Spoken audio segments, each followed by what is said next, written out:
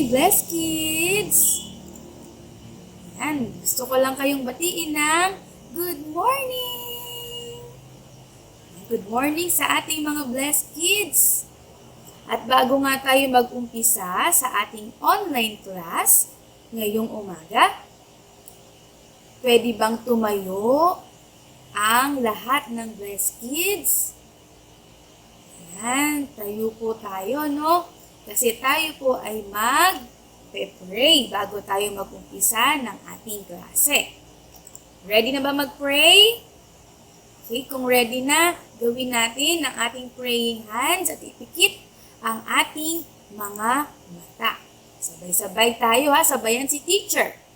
Dear God, thank you for loving me and giving me your all. When I grow up, I will still be serving you. I want to know you more.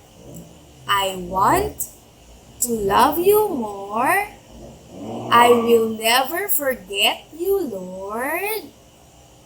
In Jesus' name, Amen. Ayan. Amen. Ready na ba kayo sa ating lesson ngayong umaga?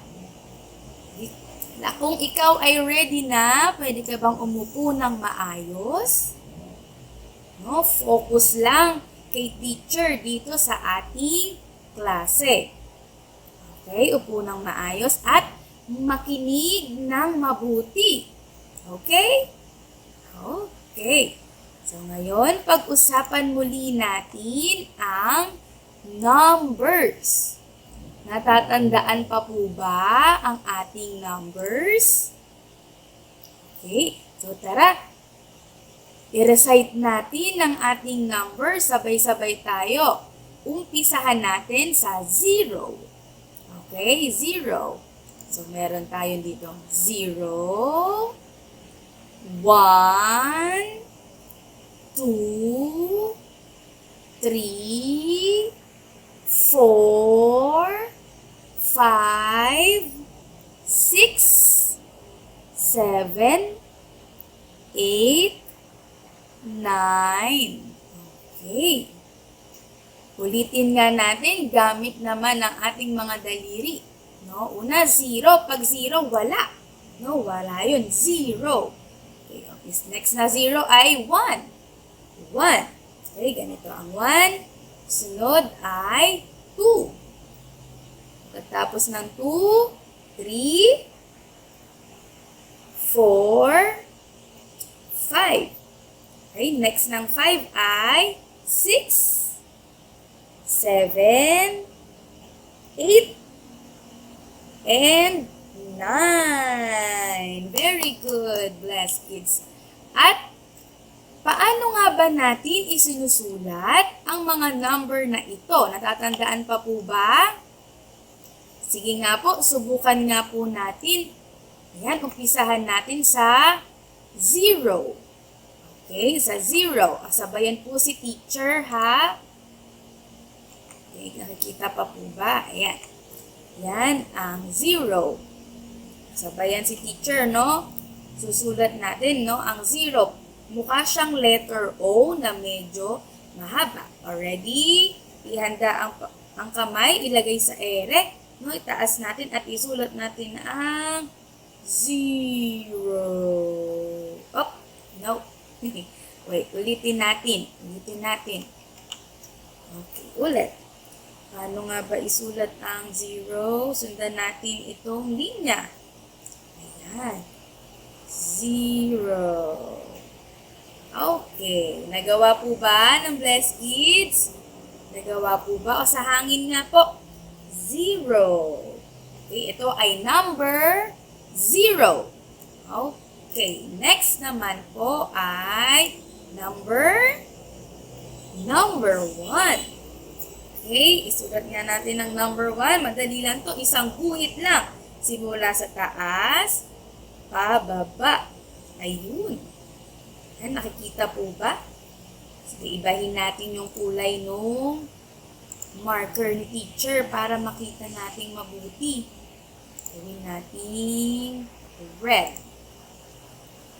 Red. Yan. Sige, tingnan natin. Isulat natin mula sa itaas.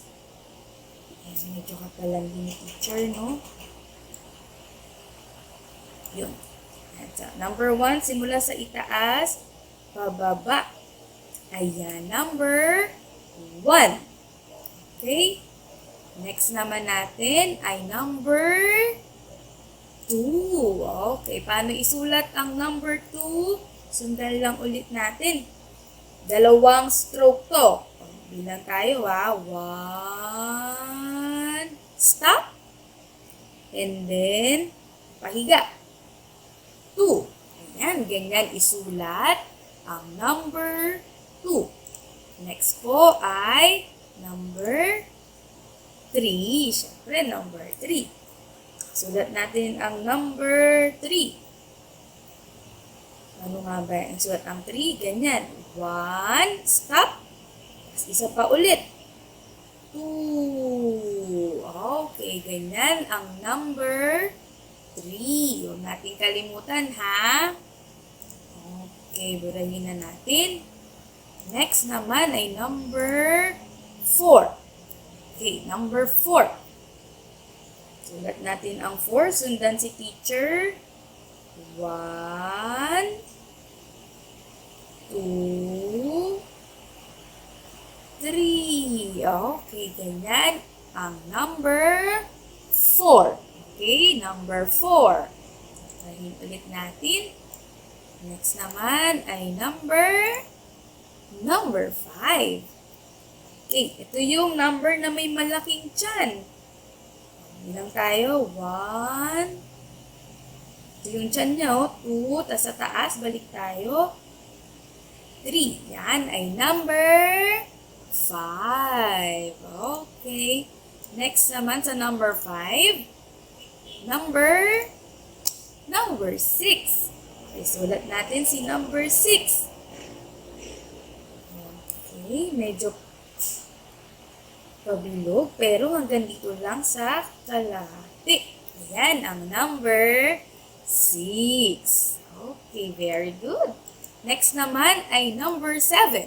Sabayan si teacher, ha? Dapat sumasabay kayo para matandaan natin. Okay, number 7 na tayo. Ayan, stop. Tapos, paslant o patagilid. Ayan, number 7. Next naman, ayan, ito ay number 8. Si number 8, dalawa siyang bilog na magkapatong. Madali lang si 8, no? Bibilog ka lang sa taas. 1, tapos sa ibaba niya. 2. Yan, ganyan isulat si number 8. Okay? Susundan ba ng Blessed Kids? Next na tayo. At ang huli ay number 9. No? Dalawang stroke din si 9. Bilang tayo. 1, stop. Tapos balik tayo dun sa bandang taas. Pababa. 2. Okay. Number 9. Okay? So, i-delete na natin to. Nakuha ba ng Blessed Kids? Ngayon naman, tingnan nga ni teacher kung matatandaan ang ating mga number. Ilalabas ni teacher dito kung ilalabas ni teacher ang number sa gilid. Dapat mahulaan o malaman ng Blessed Kids kung anong number yung ipapakita ni teacher. Okay? Ready na? Okay, kung ready na, ito na ang unang number. Anong number kaya ito? Anong number kaya ito? Ito ay number 4. Okay, sa daliri natin, ganyan siya. No? Siya si number 4. Yan si number 4. Huwag natin kakalimutan, ha? Tama ba ang sagot mo, number 4? Okay. So, next naman, next na number ay, ayan. Anong number kaya ito? Number 7. Okay, number 7. Tama kaya ng sagot? Number 7. Tama kaya ang blessed kids? Okay, next naman. Ay, ito kaya. Ano kayang number ito? Number 0. Okay, 0. Mukha siyang letter O, no? Pero yan ay number 0. Okay? Next. Ito kaya, anong number ito? Masasagot kaya ng blessed kids? Ito ay number 2. Okay, number 2. Next. Ito, yung may malaking tiyan na number. Ito ay number 5. Okay, very good. Nakakasunod ba? Next. Ito naman po. Ano kaya itong number na to? Makukuha kaya ng blessed kids? Number 9. Okay, ito ay number 9. Next naman. Oh, ano naman to? Mukhang nakabaligtad na 9, no? Pero hindi po yan 9. Yan ay number 6. Number 6. Ayan, next na number natin ay number... Ayan, ano kayang number to? Dalawang bilog. Ganyan, no, na magkapatong. Ito ay number 8. Okay, next. Meron pa. Ito kaya. Number 3. Okay, at ang huling number, ang pinakamadali sa lahat, number 1. Ilan kaya ang tamang nasagot ng ating blessed kids? Nakatama ba kayo? Okay. Ayun, tapos na ang ating review sa ating numbers. Nung nakaraan ay sinagutan natin ang ating addition. No, natatandaan po ba ang addition? So, ito po ang ating addition. Ayan. Addition. Itong sign na ito, nakikita po ba natin to? Yung parang cross. Ang tawag dyan ay plus sign. O plus. Halimbawa, dito sa ating equation, pag binasa natin ito, sasabihin natin ay 2 plus 1. Ulit nga po, sabayan si teacher, 2 plus 1. O, ibig sabihin ng plus ay magdadagdag. No, magdadagdag daw tayo. Katulad nung ginawa natin nung nakaraan gamit ang ating mga daliri. Sige nga, gawin nga, sagutan nga natin itong 2 plus 1. Gawin natin muna yung 2. Paano yung 2? Ayan. 1, 2. 2 plus, o dagdagan daw natin ng ilan? 1. Gawin natin sa kabilang kamay natin yung 1. At pagsasamahin natin sila, ilan na lahat? Bilangin natin, 1, 2, 3. Ilan po lahat? Ang sagot ay 3. Sige nga, sulat nga natin yung sagot dito. 3. Ayan, ganyan isulat ang number 3. Next naman ay 1 plus 4. Gawin natin muna yung 1. 1 plus, o dadagdagan daw ng 4. Gawin natin yung 4 sa kabilang kamay. 1, 2, 3, 4. Pagsasamahin natin, ilan kaya lahat? Bilangin natin. 1, 2, 3, 4, 5. Ang sagot ay 5. 1 plus 4 equals, no? Equals 5. Sulat natin ang sagot natin sa ibaba. Huwag kakalimutan isulat ang sagot. Yan, ito ang 5, yung may malaking tiyan na number. Ay, yan ang addition. No, ganyan po mag-add o mag-plus ng numbers. Pag ito po ang nakita nyong sign, yung pa-cross, ibig sabihin, yan ay plus o magdadagdag tayo. Naintindihan po ba?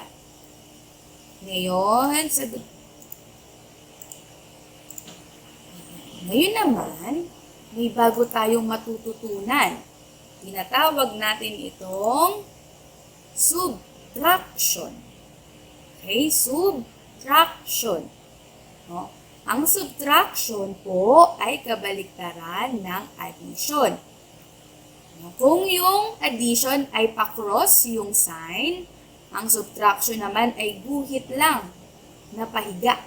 Ayan, itong guhit na ito, ang tawag dyan ay minus. O, minus sign. Okay, minus sign.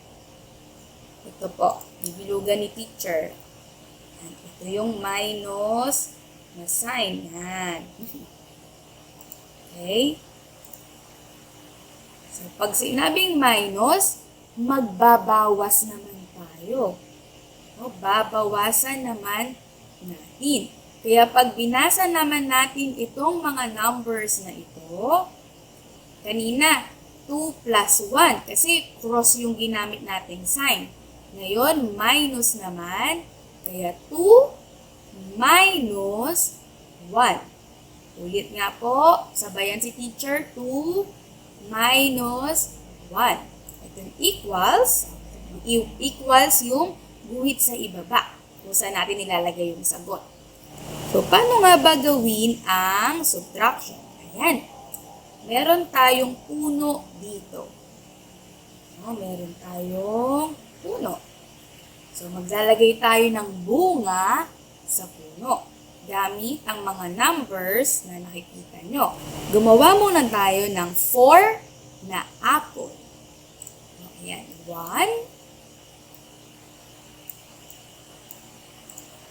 2, 3, 4. Ayan, meron na tayong 4 na apples. Ulitin nga natin. 1, 2, 3, 4. Minus, babawasan daw natin ng 2. Yung nasa babang number. No? 2. Tatanggalin natin yung 2. Magbilang tayo ng 2. 1. Tatanggalin. 2. Ayan, natanggal na natin yung 2. Ilan po ngayon ang natirang apples sa puno? Bilangin nga natin. 1, 2. Bibilugan ni teacher para mas malinaw. O, bibilangin ulit natin yung natira. 1, 2. Ayun, kaya ang sagot po natin ay 2. Okay, ang sagot ay 2. Okay, naintindihan po ba? Lagay natin dito ang number 2. Yan ang sagot. Ganun po sa subtraction, no, or minus. Sige, gawin nga po natin yung iba pa dito sa gilid. Yung dalawa. Next ay, ilahin muna natin yung mga apples. 5 minus 4. 5 minus 4. Ito na tayo. 5 minus 4. Using ni teacher yung ilaw. 5 minus 4. Gawin muna natin yung 5 na apples. Bilang tayo ng 1, 2, 3, 4, 5. Ayan, may 5 na tayong apples. Ilan daw po ang ibabawa sa 5 na apples? Kung nasa babang number, 4. 4 yung tatanggalin natin. 4 na apple. Tanggalin na natin. 1, 2, 3, 4. Ilan na lang po ang natirang apple sa puno? 1. Ayan, isa na lang, no? 1 ang sagot. Lagay natin ito. Lagay natin ang ating Sagot na 1. Sulat ang 1, madali lang. Guhit lang po ang 1. Okay? Next naman, ito madami. 8 minus 3. Ito na po tayo sa sasagutan natin. Ibilugan ni teacher ulit. Ito na po yung sasagutan natin. 8 minus 3. Magawa muna tayo ng 8 na apples. O may isa na 1, 2, 1, 2, 3, 4, 5, 6, 7, 8. Ayan, dami nating apples. So, 8 na apples. Ilan daw po ang ibabawas? Yung nasa ibabang number? Number 3. Magtanggal po tayo ng 3. Bilang tayo. 1, 2, 3. Ayan, natanggal na natin yung 3 na apples. Bilangin natin ilan ulit ang natirang apples. 1, 2, 3, 4, 5. Ayun, ang sagot po ay 5. Okay, 5 ang sagot. Paano isulat ang 5? Yung may malaking tiyan na number. Okay, naintindihan po ba ng Blessed Kids? Kung naintindihan, lipat tayo. Ayan. Gawin natin yung hinihingi kanina na sagot sa ating equation. No? Basahin ulit natin nga. 2 minus 1. Okay, ganun po basahin. Ito po muna ang basahin natin. Ito nasa umpisa. Yan. 2 minus 1. Okay? 2 minus 1. Sagutan natin. Ang 2 minus 1. I-try naman natin sa ating mga daliri. Okay? 2 minus 1. Gawa tayo ng 2. Yan. 1, 2. Bawasan daw ng 1. Tanggalin natin ang isa. Ilan na lang po ang natira? 1. Okay, kaya ang sagot po ay 1. Next naman po, 1. Oh, mali ito. Hindi ito pwede. Sandali lamang. Kung ito ay 4 minus 1 or 4 minus 2, try natin itong 4 minus 2. Ito naman, 4 minus 2. 4.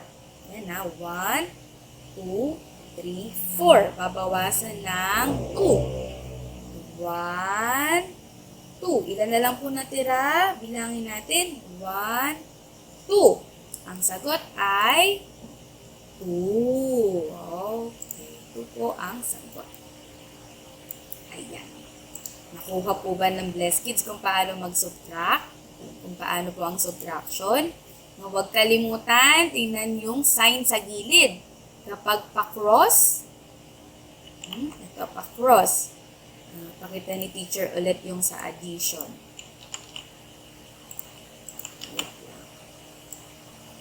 Cross. Ayan. Pag cross, plus magdadagdag po tayo. No? Pero kapag naman po minus, yung guhit lang, tayo ay magbabawas. No? Dagdag, yung plus, yung pa-cross, yung guhit lang minus, babawasan. Okay? Pwede na po natin gawin ang ating module. At maraming salamat, Blessed Kids, sa pakikinig. Goodbye! Sagutan po ang mga module.